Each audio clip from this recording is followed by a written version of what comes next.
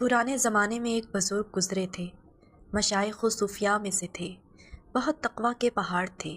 وہ اپنے بارے میں خود بتاتے ہیں کہ میری عمر 5 سال کی تھی تو میرے ماموں گھر آئے اور کہنے لگے کہ اللہ کو یاد کر لیا کرو۔ میں نے کہا کیسے یاد کروں؟ ماموں کہنے لگے جب تم سونے لگو نا بستر پہ تو اس وقت تم یہ کہا کرو کہ اللہ میرے ساتھ ہے، اللہ مجھے دیکھتا ہے، بس یہ کہہ دیا کرو اور پھر سو جایا کرو۔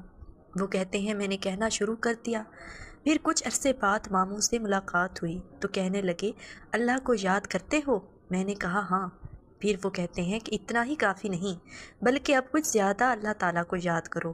تو پھر کہنے لگے میں سونے سے پہلے اللہ مجھے دیکھتا ہے، اللہ میرے ساتھ ہے، آنکھ بند ہونے تک یہی کہتا رہتا۔ اب جو بات بندہ روز کرتا رہے اس کا دل پہ اثر تو ہوتا ہے۔ وہ کہتے ہیں میں بچہ تھا، ان الفاظ کے بار بار کہنے اور دھرنے سے میرے دل میں اللہ تعالیٰ کا ایسا یقین آ گیا کہ بچپن میں ہی دل میں یہ خیال پختہ ہو گیا کہ میں نے اللہ تعالیٰ کی زندگی بھر کوئی نافرمانی نہیں کرنی۔